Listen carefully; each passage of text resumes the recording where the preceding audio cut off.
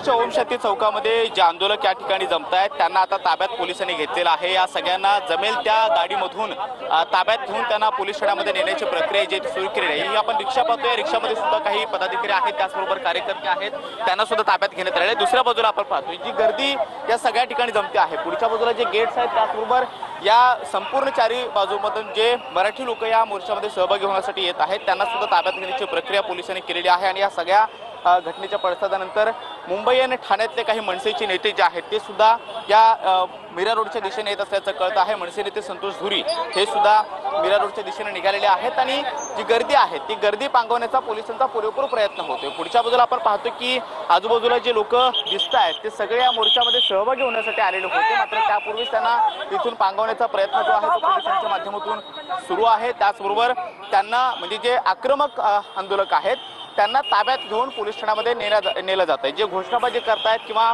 आपलं म्हणणं मांडण्याचा प्रयत्न करतायत त्यांना सुद्धा पोलिसांनी ताब्यात घेण्याची कार्यवाही जी ती सुरू केलेली आहे। काही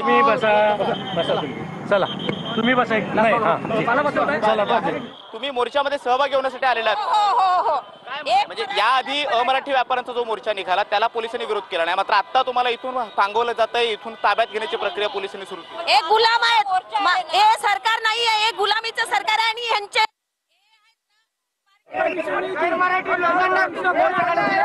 हा ती चुकी आहे त्यांची।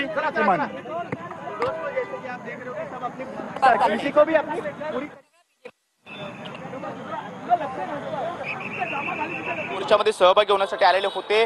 अविनाश जाधव यांच्या आवाहनानंतर या ठिकाणी मराठी माणूस जो आहे तो एकवटण्याचा प्रयत्न करत होता, मात्र अविनाश जाधव यांना रात्री 3च्या सुमारास ताब्यात घेतल्यानंतर आत्ताही आपण पाहतो की मराठी लोक मोठ्या संख्येने या ठिकाणी येताना पाहायला मिळत आहेत आणि आंदोलन करण्याचा प्रयत्न म्हणजे जो मोर्चाचा रूट होता तो मोर्चाचा रूट पूर्ण करण्याचा प्रयत्न करत होते, मात्र त्यापूर्वीच पोलिसांनी या सगळ्या परिसरामध्ये जमावबंदी लागू केली आणि त्यानंतर लोकांना ताब्यात घेण्याची कार्यवाही जी आहे ती सुरू केलेली आहे। या संपूर्ण परिसरामध्ये पोलिसांच्या छावणीचं स्वरूप प्राप्त झालेलं आहे आणि सगळीकडे पोलीस बंदोबस्ताला आहेत, त्याचबरोबर लोकांना पांगवण्याचा प्रयत्न केला जातोय। पुढच्या बाजूला सुद्धा काही मोठ्या प्रमाणामध्ये जी लोक आहेत ती जमलेली आहेत, मात्र ती लोक या मेन चौकामध्ये जिथून या मोर्चाची सुरुवात होणार होती तिथे येण्याचा प्रयत्न करतायत, तेव्हा त्यांना या ठिकाणाहून ताब्यात घेण्याची प्रक्रिया जी आहे ती सुरू केलेली आहे।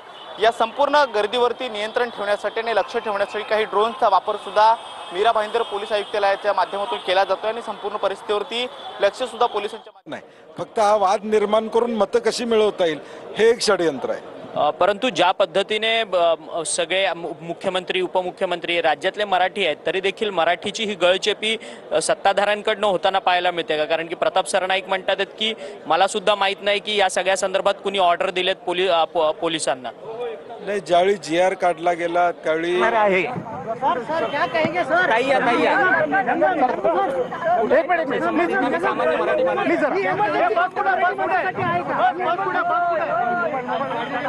मोगलशाही आहे, आदिलशाही आहे आणि आदिलशाही विरोधात आम्ही रस्त्यावरती आहोत। कंप्लीट